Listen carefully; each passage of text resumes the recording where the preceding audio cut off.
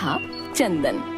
वह शराब सिगरेट पीता, जुआ खेलता और खूब अय्याशी करता था। उसे अपने बूढ़े माँ बाप और घर की कोई चिंता नहीं थी। वह जानता था कि 2 बगीचों और गौशाला से अच्छी खासी आमदनी होती है, तो उसे काम करने की कोई जरूरत नहीं। वह इस बात से बेफिक्र था कि माता पिता बूढ़े हो रहे हैं और अब वे सबकी देखरेख नहीं कर सकते। उन्हें हमेशा चंदन के भविष्य की चिंता सताती कि ऐसे तो वह सब कुछ चौपट कर देगा। तुम चंदन को कुछ समझाती क्यों नहीं? जब तक हम हैं संभाल रहे हैं, पर हमारे बाद सब काम कौन देखेगा? मैं बहुत बार समझा चुकी हूँ, पर वह मेरी बात सुनता ही नहीं। शराब सिगरेट पीता है, जितना पैसे देता हूँ सब जुए में उड़ा देता है। चिंता मत कीजिए, सब ठीक हो जाएगा। एकलौता बेटा है हमारा, बस गलत संगत में थोड़ा बिगड़ गया है।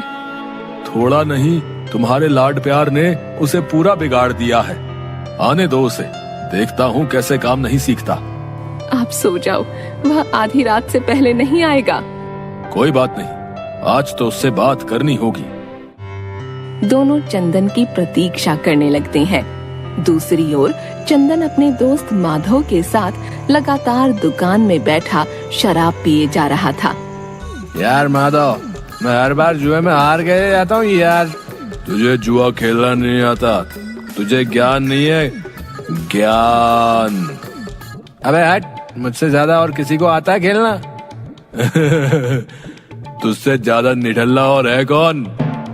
मजाक बना रहा है? मजाक बना रहा है मेरा? हाँ।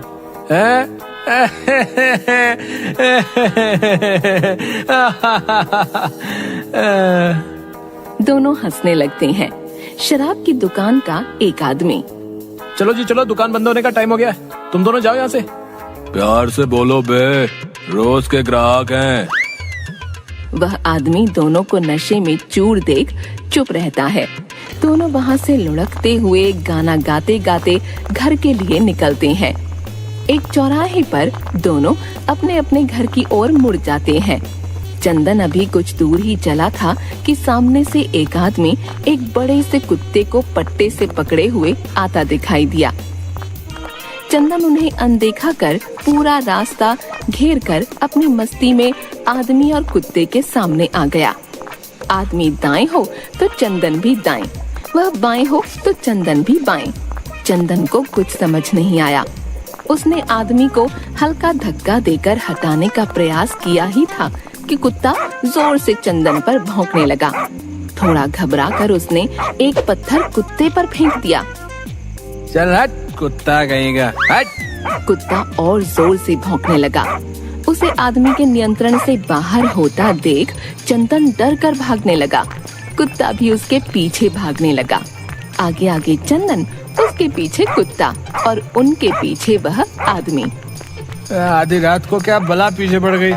कुत्ता है कि भूत? चंदन जितना तेज भाग सकता था भागा और उसे चकमा देकर जैसे तैसे अपने घर पहुंचा। इतनी देर कहाँ था? रात का 1 बज रहा है, कुछ होश है तुझे? क्या माँ, तुम अब तक जाग रही हो? कितनी बार कहा कि मेरा इंतजार मत किया करो, सो जाया करो। उसे नींद कैसे आएगी? पिताजी, आप अब तक सोए नहीं? जिन माँ बाप के बेटे का ये हाल हो, वो चैन से कैसे सो सकते हैं? पिताजी, तुझे किसी की चिंता नहीं, न अपने स्वास्थ्य की, न हम बूढ़े माँ बाप की और न इस घर की। ये उम्र है हमारी काम करने की। अपने बेटे को इस हालत में देखकर क्या गुजरती है हम पर। अब बस तेरी ये याशी बंद। कल से तू मेरे साथ रहकर काम देखेगा। नहीं। पिता गुस्से से उसे एक थप्पड़ लगा देता है।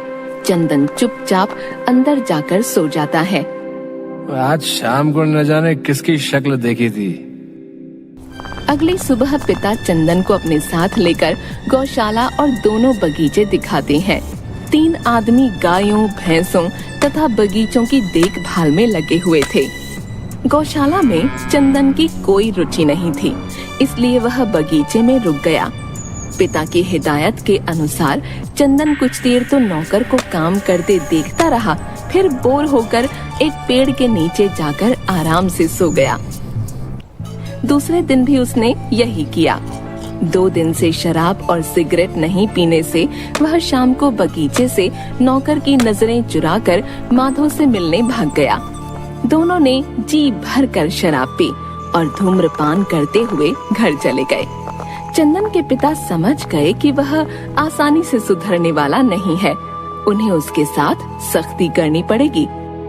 अगले दिन वह चंदन को गौशाला की कुछ गायों को बाहर घुमाने के लिए कहते हैं ताकि वह इन पर कुछ नियंत्रण करना सीखे।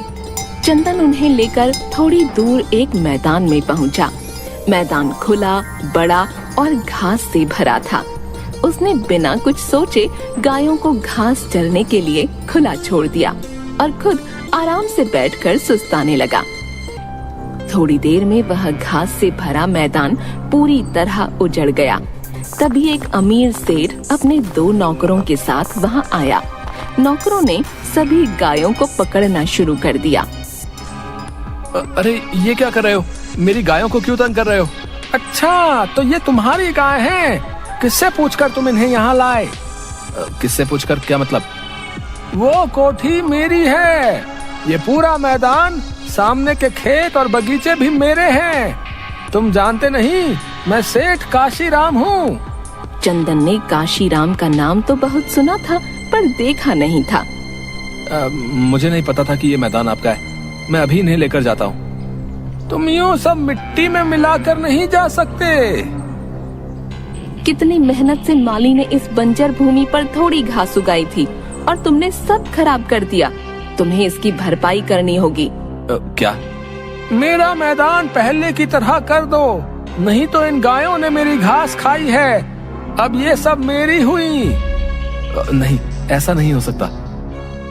चंदन के बारे में सब पता लगाकर अगले दिन सेठ ने आकर उसके पिता को पूरी घटना बताकर खूब खरी खोटी सुनाई और मुआवजे के रूप में सारी गायें देने को कहा। चंदन को बहुत बुरा लगा। वह चाहे कितना बुरा हो पर अपने माता पिता से बहुत प्यार करता था। सेठ द्वारा उसके पिता के किए अपमान का जिम्मेदार उसने खुद को माना। उसने सेठ से कहा कि वह गाय नहीं दे सकता। ठीक है, फिर उस मैदान को पहले जैसा हरा भरा तुम करोगे और तब तक तुम्हें वहीं बने एक कमरे में रहना होगा। चंदन मान जाता है। सुनकर उसके पिता को पहले गुस्सा आता है लेकिन फिर कुछ सोचकर कहते हैं, भगवान सब अच्छे के लिए करते हैं। उसके बाद चंदन उसी मैदान पर आ जाता है। वहाँ सेठ उसे कुछ समझाकर कहता है कि कहीं तुम भाग न जाओ, इसलिए मेरा यह कुत्ता हीरा हर पल तुम्हारे साथ रहकर तुम पर नजर रखेगा और वहाँ से चला जाता है।